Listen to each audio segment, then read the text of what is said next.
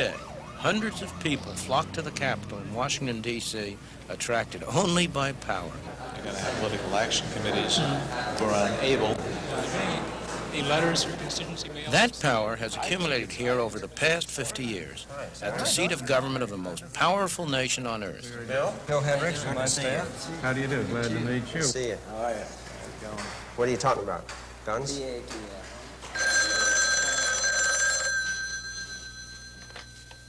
Hello, this is Warren Richardson. Oh, Mary, yes. What's on your mind? Warren Richardson makes his living by knowing who has power and influence to trade. Get the word. I'll be here waiting for you. He's a lobbyist. Thanks a lot. Bye.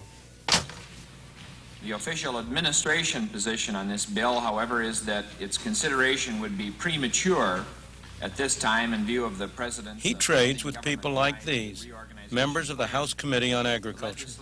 They make some of the laws and regulations that, among other things, control the food we eat. They are elected officials who have the power to spend billions of dollars of our tax money.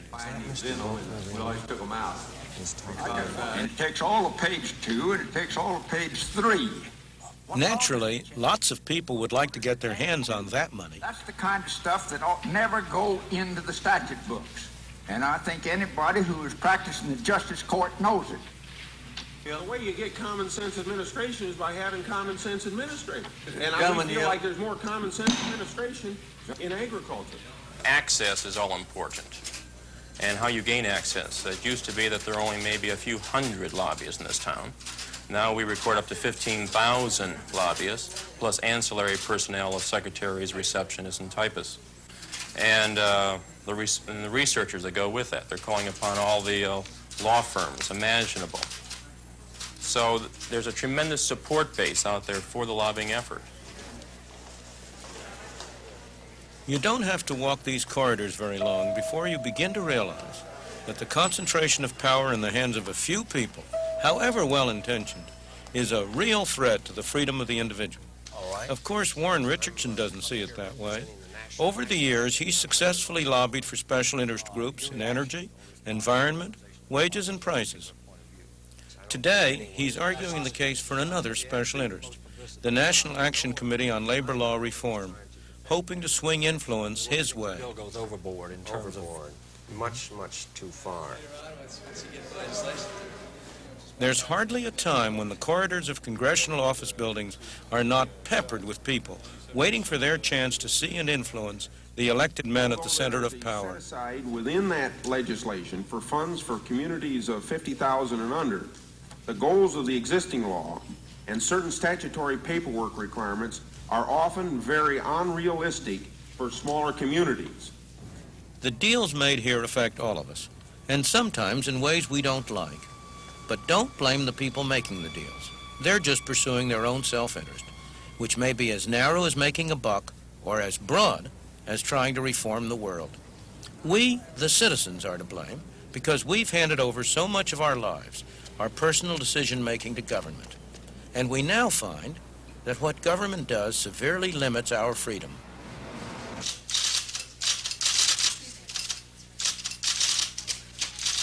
The leather and wood-paneled official offices of a congressman in Washington, D.C. It's the mecca of those who try for behind-the-scenes influence. The acknowledgement. Weaving his way between special interest groups can be tough for a politician. To stay in office, he needs votes. To get votes, he often has to make deals. The chances of our party regaining the White House, if Republicans, if the president sends up policies that Republicans can support. It's frequently a frustrating business. So when you have people who are coming in not for purposes of debate and dialogue and discussion on something, but merely they demand their special interest or their single issue concern, that's where it becomes extremely difficult because there might be an equal number on the opposite side of the coin.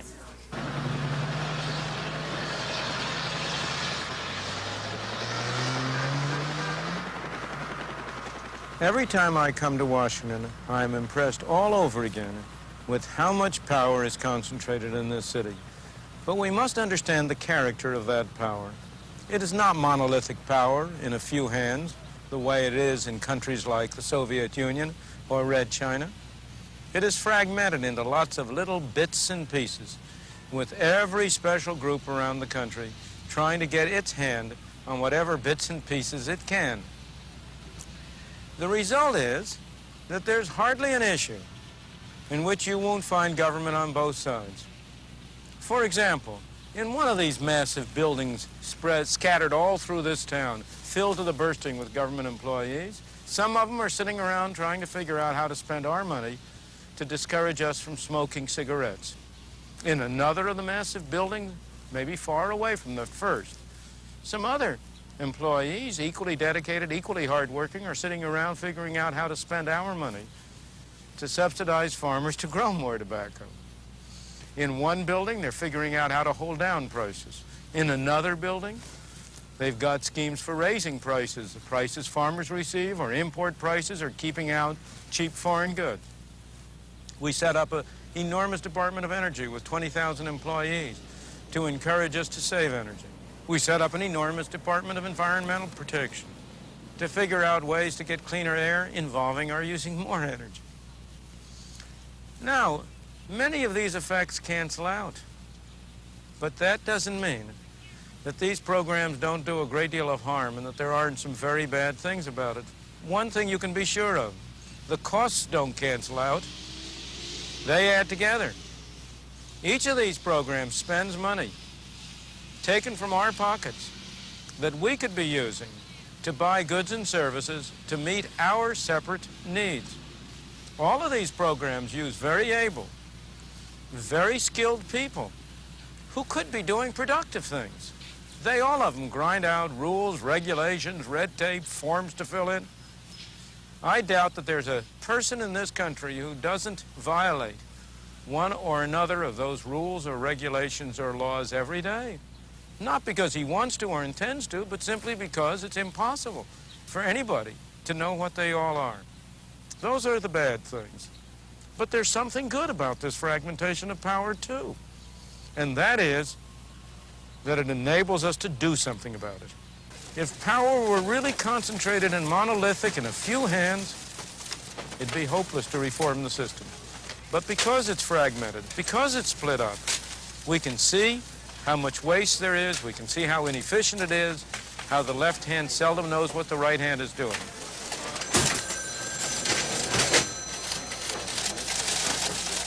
It wasn't always like this.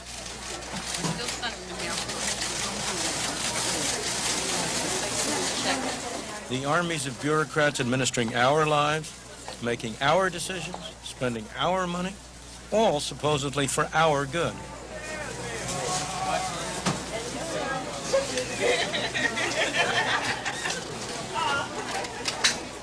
Our nation was founded with something fundamentally different in mind.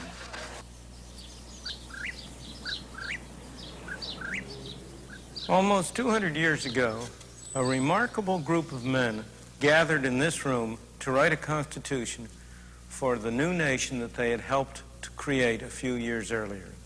They were a wise and learned group of people. They had learned the lesson of history. The great danger to freedom is a concentration of power, especially in the hands of a government. They were determined to protect the citizens of the new United States of America from that danger. And they crafted their Constitution with that in mind. That Constitution has served us well. It has enabled us to preserve our freedom for close on to 200 years. But in the past 50 years, we have been forgetting the lesson that the wise men knew so well. From regarding government as a threat to our freedom, we have come more and more to regard government as a benefactor from which all good things flow. We have assigned increasing tasks of great importance to government. We have turned over to government a larger and larger fraction of our income to be spent on our behalf. And the results are plain for all to see. They are disappointing. The great expectations have not been achieved, and our freedoms have suffered in the process.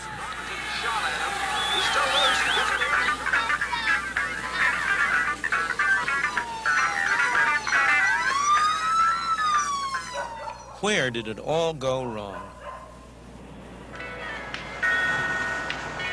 government began to take an increasing part in our personal affairs nearly 50 years ago. It was 1933, at the lowest point of the worst depression in history. The idea took root that capitalism had failed, and that failure was responsible for the human and economic tragedy. In the early 30s, Franklin Delano Roosevelt and his advisors met here to devise programs to meet the problems of the Depression. Their answer was to give central government more power. Out of that beginning came today's welfare state.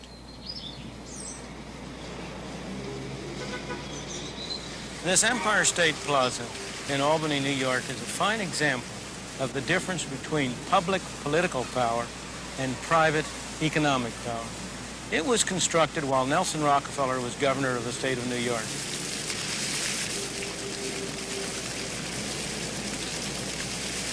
The Rockefeller family has spent millions of its private money on good causes. It has endowed universities like my own at the University of Chicago, financed medical research, reconstructed Williamsburg. Yet not all the private money of the Rockefeller family gave them anything like the amount of power that Nelson Rockefeller was able to have as governor of the state of New York. He constructed monuments like this all over the state, using every expedient he could think of to finance them. When he left office, taxes per person in New York State were higher than in any other state in the country, excepting only Alaska. And there was a monumental debt besides. So much so that his successor, who had the reputation as a Democratic congressman of being a big spender, had to use his inaugural speech to preach the virtues of austerity and to say, the time of wine and roses is over. Look at this skyline. It's Chicago, and I think it's very beautiful. Much of it is less than 20 years old. Those tall buildings were built by private enterprise for use by private enterprise, not by government for use by government bureaucrats. These are productive monuments, not a burden on the taxpayer, a burden that has almost bankrupted New York City. The irony is that for the most part it was good intentions that led us to where we are today, a nation governed by bureaucratic empires. I wonder whether, when they built this building, they realized that it was going to come out looking like a fortress. From modest beginnings in 1953, the Department of Health, Education, and Welfare has grown into a veritable empire. Only a small part of its total staff is housed in this headquarters building, a mere 2,000 bureaucrats. Its budget is the third largest budget in the whole world, exceeded only by the entire budget of the United States and of the Soviet Union. It employs directly 150,000 full-time people, and the empire it rules employs another million. More than 1 out of every 100 people in the United States works in the HEW empire.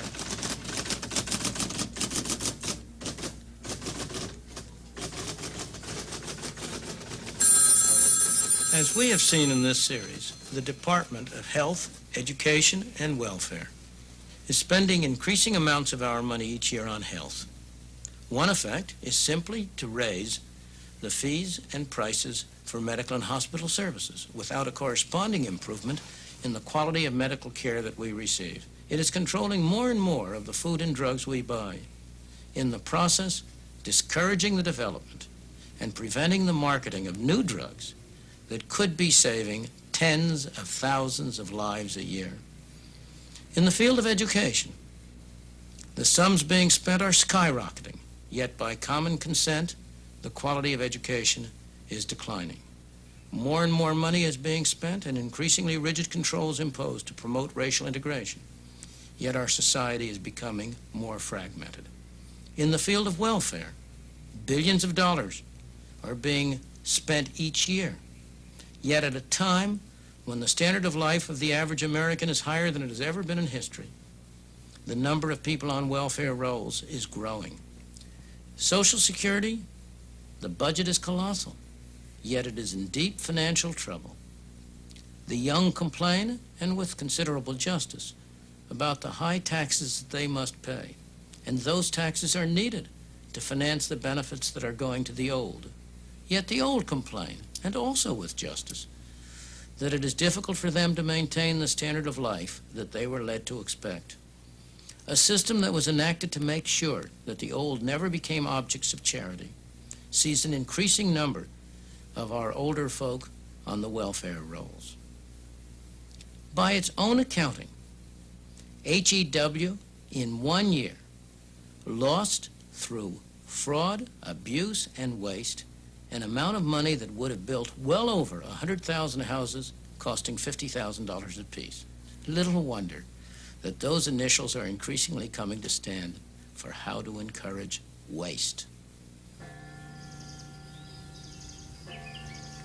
They found in some cities that upwards of 20 to 25% of all the people currently receiving welfare are either totally ineligible for welfare or are receiving more than they should be receiving.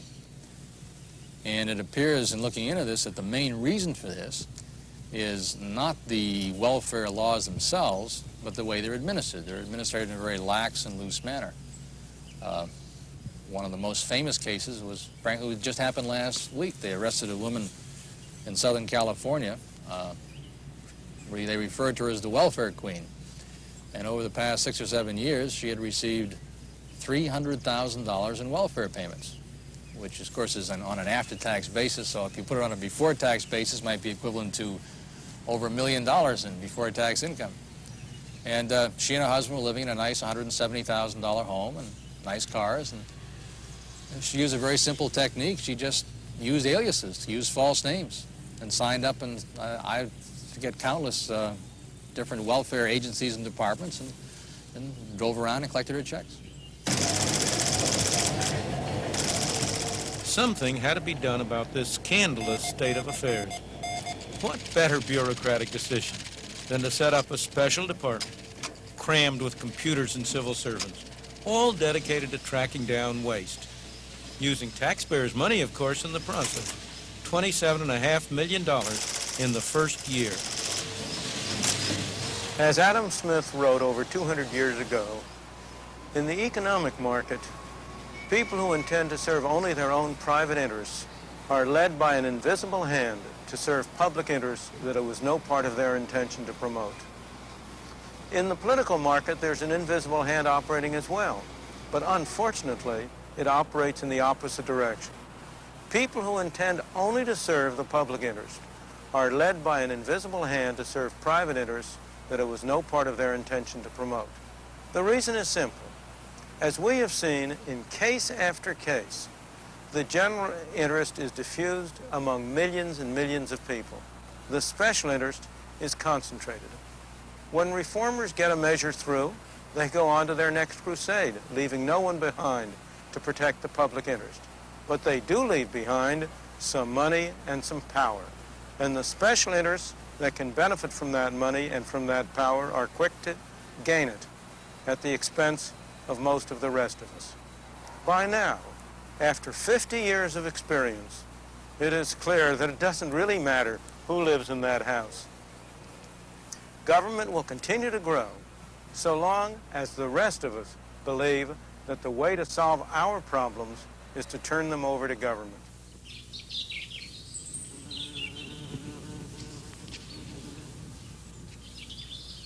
Yet there are many people who want to solve their own problems, who want to use their own skills and energy and resources. We found such a person here in Southern California.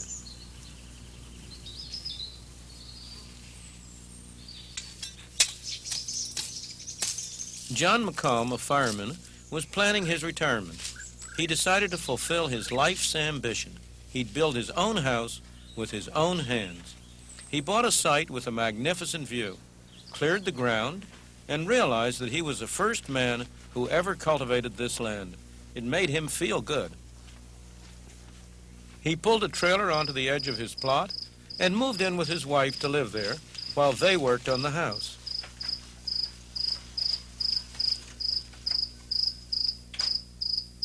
He made his own adobe bricks.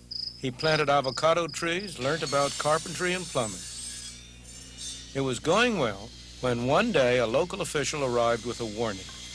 It was all right to build a house, he said, but it was against regulations to live in the trailer any longer. The McCombs thought that the rules were bureaucratic and foolish, and they resented them. They decided to leave the trailer exactly where it was and defy the authorities.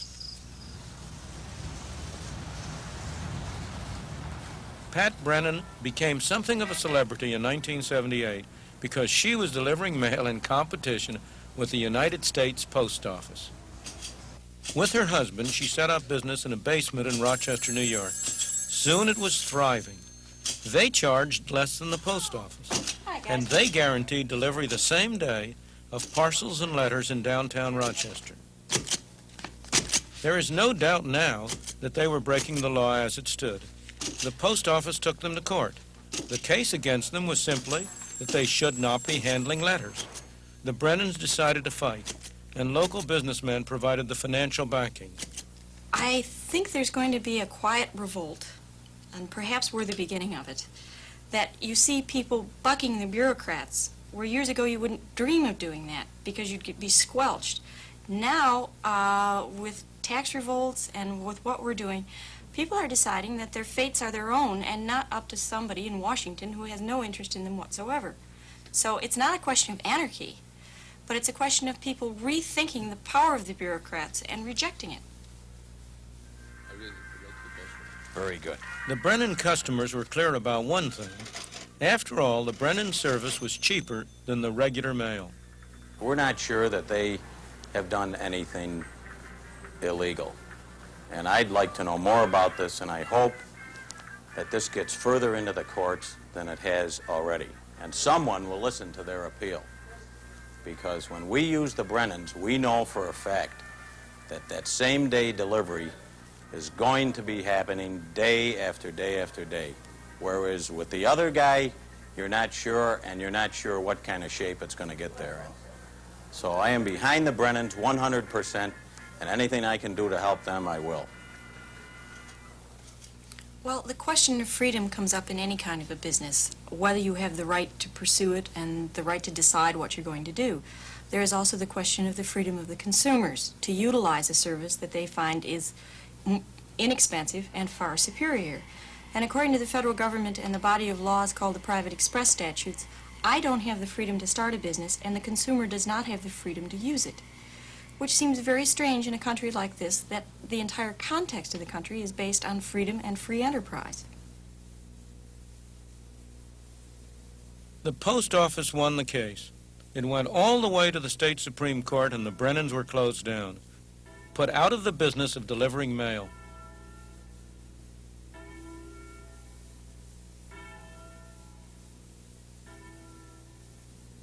What we've been looking at is a natural human reaction to the attempt by other people to control your life when you think it's none of their business. The first reaction is resentment. The second is to attempt to get around it. And finally, there comes a decline in respect for law in general. There's nothing specially American about this. It happens all over the world whenever some people try to control other people. For example, take a look at what's happening to the British.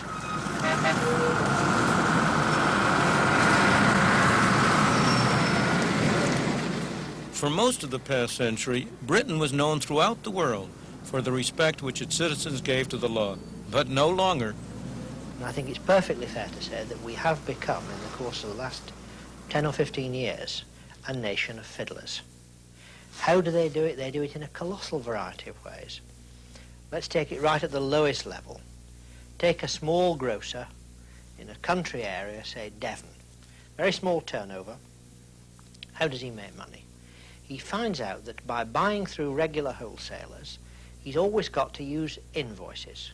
But if he goes to the cash and carry and buys his goods from there, then the profit margin on those goods can be untaxed because the tax inspectors simply don't know he's had those goods. So that's the way he does it. Then if you take it at the top end, if you take a company director, well, there are all kinds of ways they can do it. They buy their food through the company. They have their holidays on the company.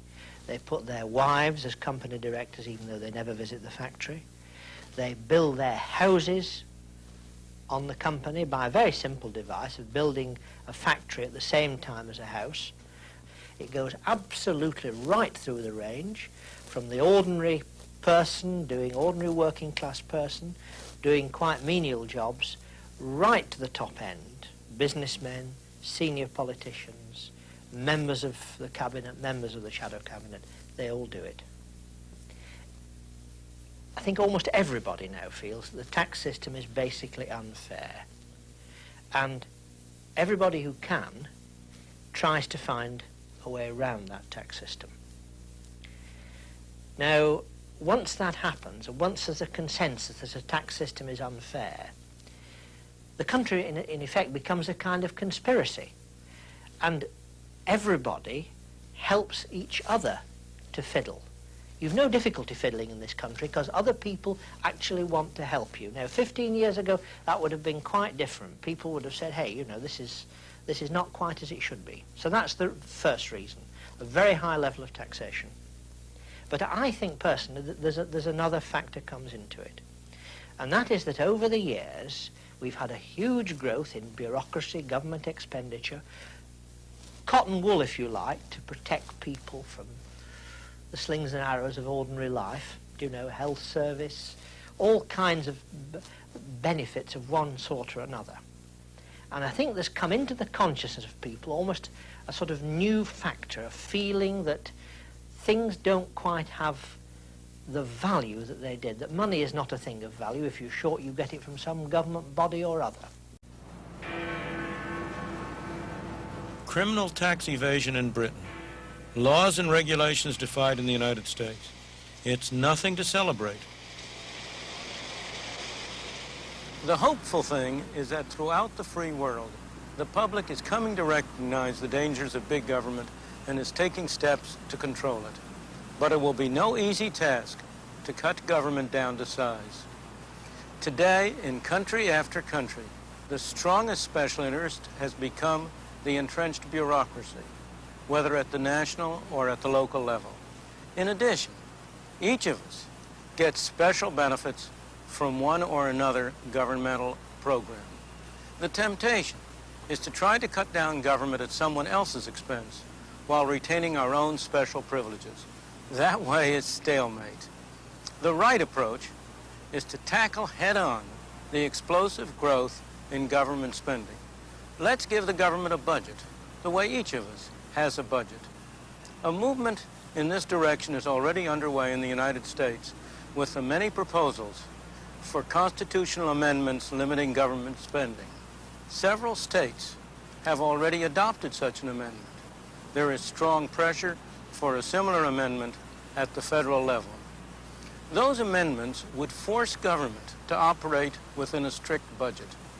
Each special interest would have to compete with other special interests for a larger share of a fixed pie, instead of all of them being able to join forces at the expense of the taxpayer. This is an important step, but it is only a first step. No piece of paper by itself can solve our problems for us. What we need is widespread public recognition that the central government should be limited to its basic functions: defending the nation against foreign enemies, preserving order at home, mediating our disputes. We must come to recognize that voluntary cooperation through the market and in other ways is a far better way to solve our problems than turning them over to the government. This is where much of the future strength of the United States lies, in places like Ottumwa, Iowa, where ordinary, hard-working American people live.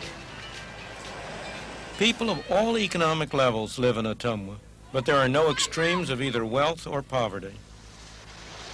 All are part of a community, each part of which depends on the others for a stable and happy life worth living. This is a kind of community that formed the character of democratic America.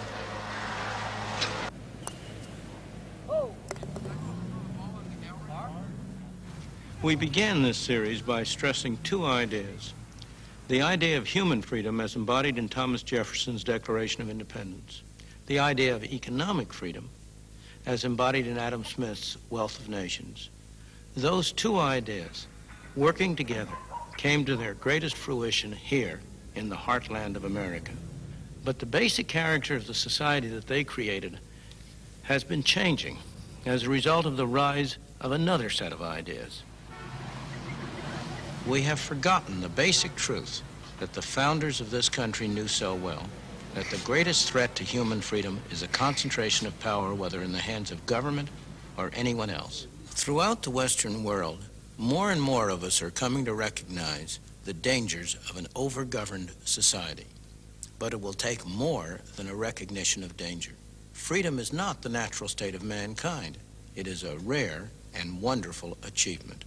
It will take an understanding of what freedom is, of where the dangers to freedom come from.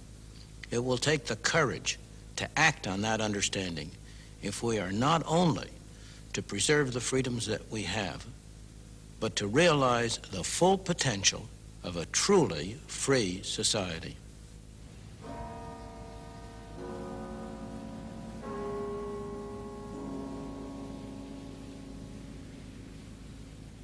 Milton, all through your discussions, you hammer away at two things. The theories of Adam Smith on the free market and of Thomas Jefferson on central power. One thing that troubled me a little bit about your discussions was that it seemed to me that you were a little bit the way psychoanalysts used to talk about Freud, that you believed they had given us the word, and that even though 200 years had gone by, it was still the word, that circumstances had not changed the meaning in any way. Are you that fixed about their ideas? There's a great difference between principles and the application of principles. The application of a principle has to take account of circumstances. But the principles that explain how it is that an automobile operates are no different from the principles that explain how a horse and buggy operated or how a bow and arrow operated. The principles that Adam Smith enunciated, the philosophy that Thomas Jefferson enunciated, are every bit as valid today as they were then. But the circumstances are different, and therefore the application is in many cases very different. In addition, there's been a great deal of work and study and scholarly activity that has gone on since then. We know a great deal more about the way in which an economy works than Adam Smith knew. He was wrong in many individual details of his theory, but his overall vision, his conception of how it was that without any central body planning it, millions of people could coordinate their activities in a way that was mutually beneficial to all of them. That central concept is every bit as valid today as it was then, and indeed, we have more reason to be confident in it now than he had, because we've had 200 years more experience to observe how it works. All right, well then let's go back to Jefferson. Fine. You say cut the functions of central government to the basic functions advocated by Jefferson, which was what? Defense against foreign enemies, preserve order at home, and mediate our disputes. Now, can we do that in the complicated, the complex world we live in today without getting into very serious trouble? Suppose we look at the activities of government in the complex world of today and ask, to what extent has the growth of government arisen because of those complexities? And the answer is very little indeed. What is the area of government that has grown most rapidly? The taking of money from some people and the giving of it to others. The transfer area. HEW, a budget 1.5 times as large as a whole defense budget. That's the area where government has grown. Now, in that area, the way in which technology has entered has not been by making certain functions of government necessary, but by making it possible for government to do things they couldn't have done before. Without the modern computers, without modern methods of communication and transportation, it would be utterly impossible to administer the kind of a big government we have now. So I would say that the relation between technology and government has been that technology has made possible big government in many areas, but has not required it. I know, I believe, I say I know, I think I know, but I'll say I believe that you blamed the government for the Great Depression of 1929 to 1933. And of course, you had to blame FDR for all he did. But most people feel that he saved this free economy of ours. Given the catastrophe of the Great Depression, there's no doubt in my mind that emergency government measures were necessary. The government had made a mess. Not FDR's government, it was government that preceded him, although it was mainly the Federal Reserve System which really wasn't subject to election. But once FDR came in, he did two very different kinds of things. Well, had the government made a mess by what it did, or but by what it didn't do? By what it did, by its monetary policies, which forced and produced a sharp decline in the total quantity of money. It was a mismanagement of the monetary apparatus. If there had been no Federal Reserve System, in my opinion, there would not have been a Great Depression at that time. But given that the Depression had occurred, and it was a catastrophe of an almost unimaginable kind, I do not fault at all. Indeed, on the contrary, I commend Roosevelt for some of the emergency measures he took. They obviously weren't of the best, but they were emergency measures, and you had an emergency and you had to deal with them. And the emergency measures such as relief programs, even the WPA, which was a make-work program, these served a very important function. He also served a very important function by giving people confidence in themselves. His great speech about the only thing we have to fear is fear itself was certainly a very important element in restoring confidence to the public at large. But he went much beyond that. He also started to change, under public pressure, the kind of government system we had. If you go beyond the emergency measures to the what he regarded as the reform measures, things like NRA and AAA, which were declared unconstitutional, but then from there on to the Social Security system, to the...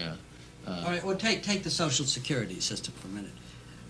The people wanted that. They wanted that protection. They were frightened. They wanted welfare. Not at all. Well, you said pressure. Pressure from whom? Pressure from people who were expressing what they thought the public ought to have. There was no widespread public demand for Social Security programs.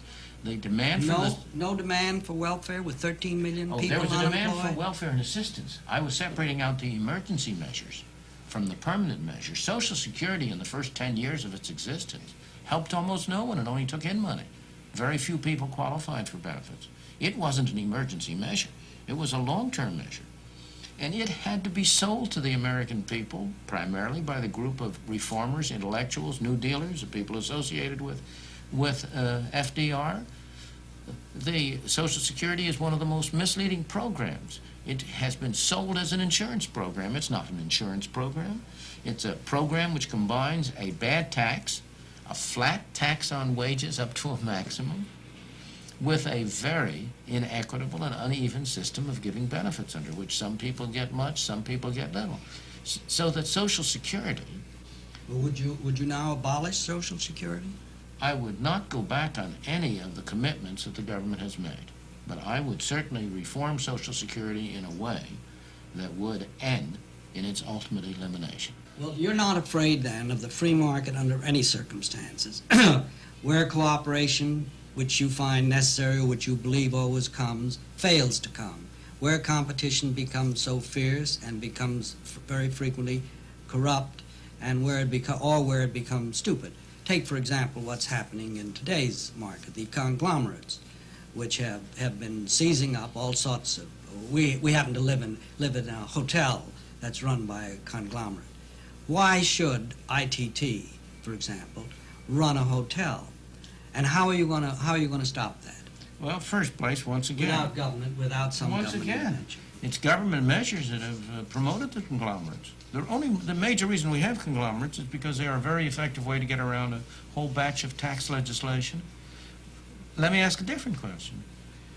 Who is more affected by government regulations, by government controls? I thought I was supposed to ask the questions.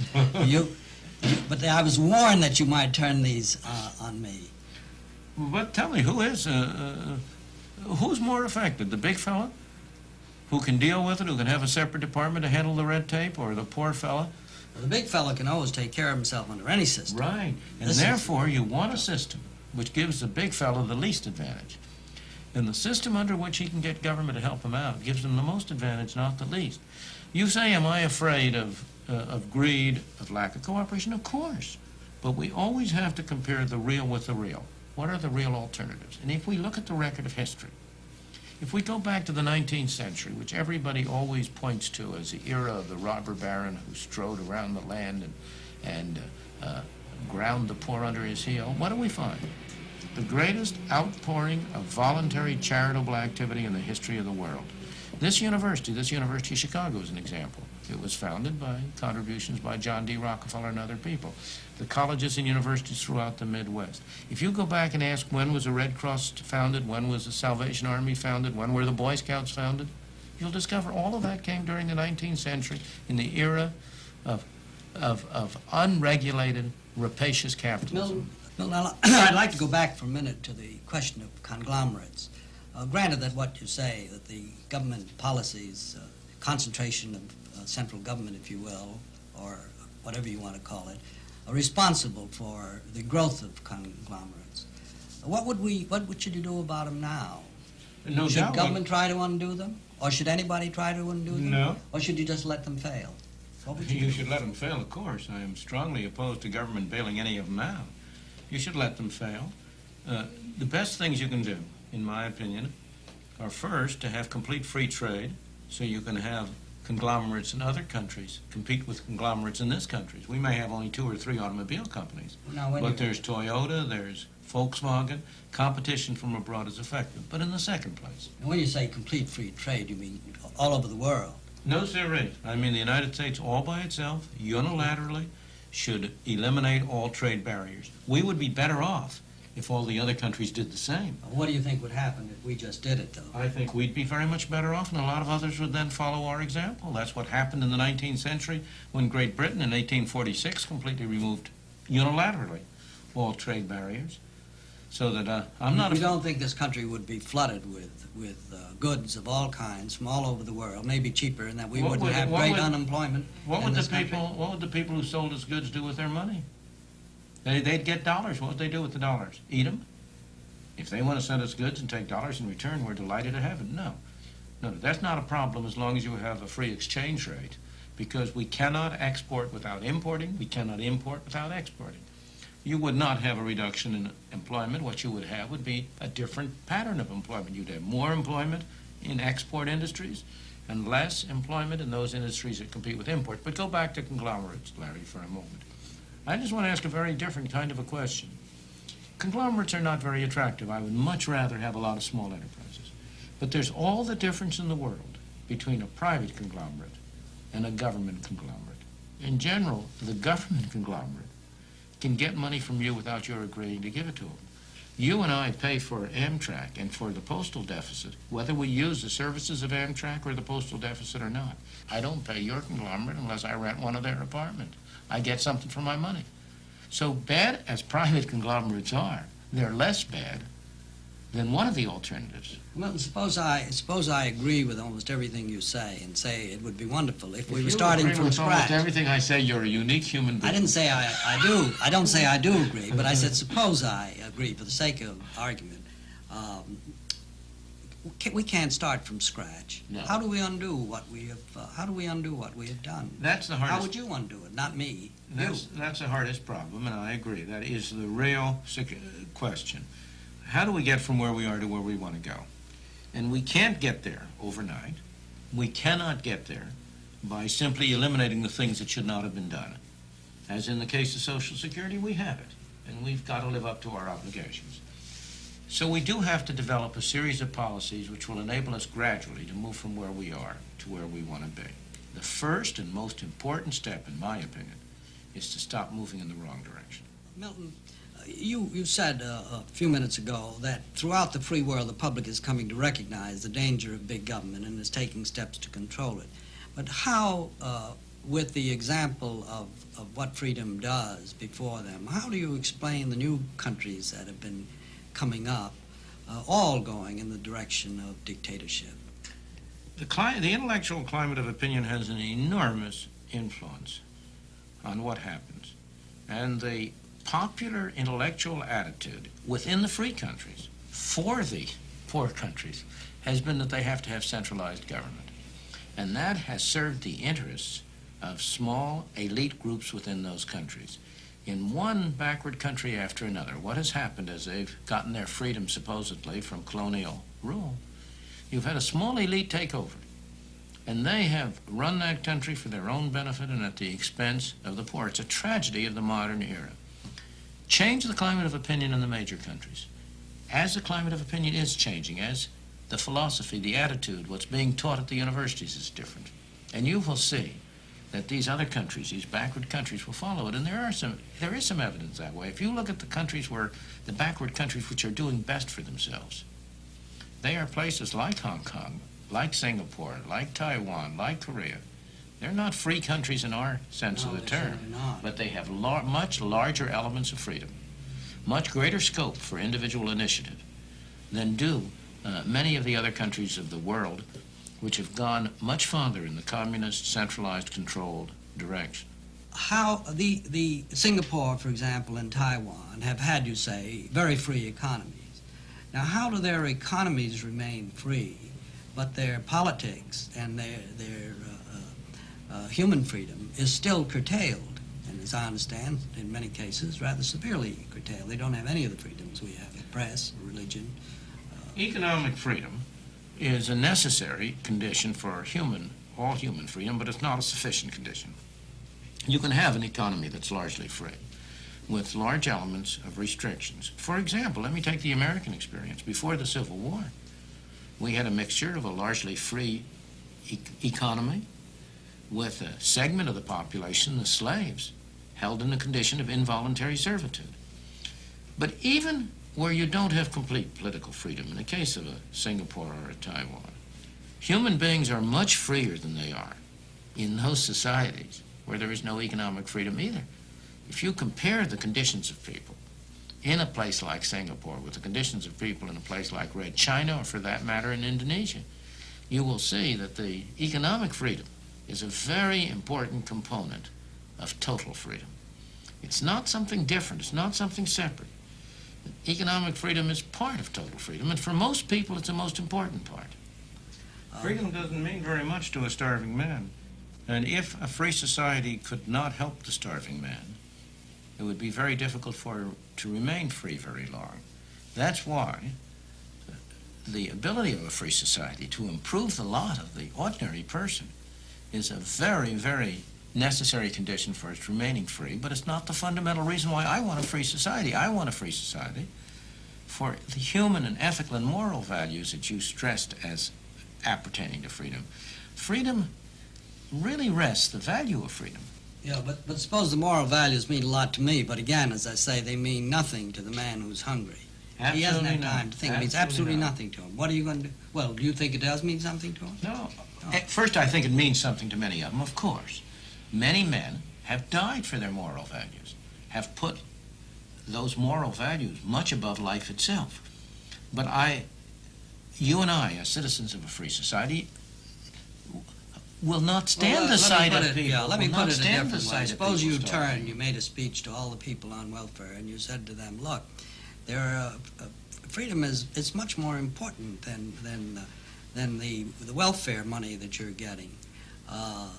There are ethical concepts. There are spiritual things about things. Men have died for this thing. But you told them all that, and then said, and we're going to withdraw welfare now from it. What do you think would happen? I would tell them something else. I would tell them. I want to know also what you do.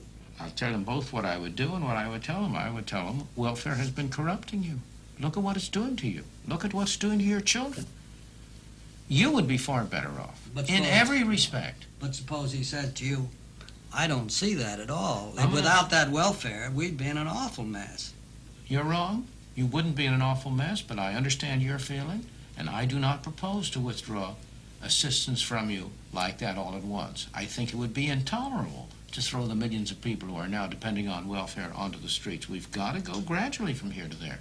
That's why I proposed a negative income tax as a transitional device, that it would enable us to give help to people who really need help while not at the same time having the kind of mess we have now where most of the benefits go to people who are not. But look at the way in which the welfare system has been corrupting the very fabric of our society. We have put people in a trap which is of no part of their own making. I don't blame them. But they have been put in a trap where we are inducing them to become dependents, to become children, not to become independent human beings. The virtue and the desire of freedom is for what people can do with their freedom. Freedom is not an individual value, it's a social value. A Robinson Crusoe on an island. Freedom is a meaningless concept to him. Milton, how bad is the state of freedom in this country today? It's a mixed bag. In some areas, we have more freedom than we've ever had before. In some other areas, our freedom has been drastically reduced. Our freedom to spend our own money as we want has been cut sharply. Our freedom to go into whatever occupation we want has been reduced sharply. Our freedom to enter various businesses has been reduced sharply. And these restrictions in our economic freedoms have carried over to restrictions on the freedom with which we speak and we talk, the activities we carry on, our attitudes toward governmental officials and all the rest. In those areas, our freedoms have been very seriously restricted. What about you yourself? You as an individual, and we really have to deal with millions of, hundreds, 200 million, 220 million individuals. What about you? What freedoms do you think you've lost? Well, I have been a very fortunate individual. That sounds like a cop-out. No, it's not a cop-out because I want to add to it. I always said about the only people who have effective freedom of speech these days in the United States are tenured professors at private universities who are on the verge of retirement or have retired. And that's been my situation in these recent years. Consider the freedom of, for example, a professor of medicine at any one of our great institutions. He's almost certainly having his research financed by the federal government. Don't you suppose he'd think 2 or 3 times before he gave a lecture on the evils of socialized medicine? Or consider one of my colleagues at the university who happens to be getting grants of money from the National Science Foundation. Do you think he really feels free to speak out on the issue of whether government ought to be financing such research? Of course, you ought not to have freedom without costs, but the costs ought to be reasonable. They ought not to be disproportionate. There's no businessman in this country today who can speak out freely. Why is it that the businessmen today are so mealy-mouthed in what they say? There are very few of them who are willing to come out and say openly what they believe. Why? About what? About anything. Take, for example, the recent attempts by President Carter to impose voluntary wage and price controls. There's hardly a businessman in this country who doesn't think it's terrible. There are only about 2 or 3 businessmen who have had the courage to stand up and say something about that. But again, as I say, go to my academic colleagues. Many of them feel, as I do, that government is devoting altogether too much money, that there's been altogether too much subsidization of state universities and colleges all along the line, yet very few of them are willing to speak out. Well, Milton, what about the generation that doesn't know what freedom is as you knew it, and therefore doesn't mind so much what has happened, just takes for granted what he's living under now? I think that's a very real problem. I think we're living on our inheritance. We have inherited a philosophy and a set of attitudes, and they tend to be eroded. People get accustomed to what they know. There's an enormous tyranny of the status quo, and most people, most of the time, accept the circumstances that are around them. There's a natural human drive for freedom which always expresses itself, but it's stronger or weaker. And I think a great danger in continuing along the path that we've been going on is that we will lose still more of our inheritance, still more of our basic values, of our basic beliefs in freedom, and that we will have still less protest as more and more freedoms are taken away. The real value of freedom is that it provides diversity, and diversity is in turn the real protection of freedom. People who like to live in small cities can live in small cities. People who like the impersonality of a metropolis can live in a metropolis. We have loyalties to our churches. We have loyalties to our universities, to our schools, to our clubs, to our cities, to our states. It's this diversity, the fact that there isn't a monolithic conformity imposed on us, that is the source of protection for our freedom and also the fruit of freedom. It's because Freedom protects diversity, allows, you will remember the phrase when Mao said he was going to allow 100 flowers to bloom. But of course he didn't. As soon as people spoke out and 100 flowers bloomed, he cut them off. But it's the blooming of many flowers, the fact that you have all of these different expressions of people's individuality, that produces the great achievements of civilization and that provides the great hope and protection of our freedom. Are you saying then that there are pockets of freedom still existent in the country? As I said before, the picture is a mixed bag. In certain respects, we have more freedom than we have ever had. But in other respects, we have very much less freedom. Of course, there are great pockets of freedom. And this is predominantly still a free country. We must not confuse the trend with the situation. We have been moving away from freedom.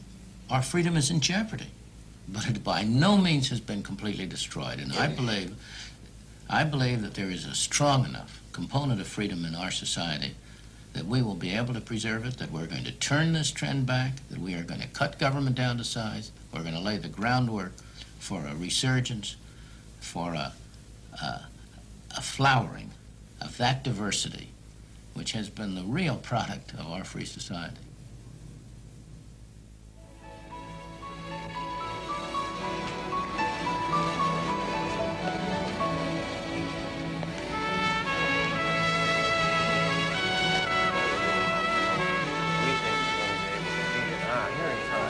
Senator, good to see you. Delivered personally. Good. Second point you made was the impact to the community on banking and housing, which now oversees the community development programs.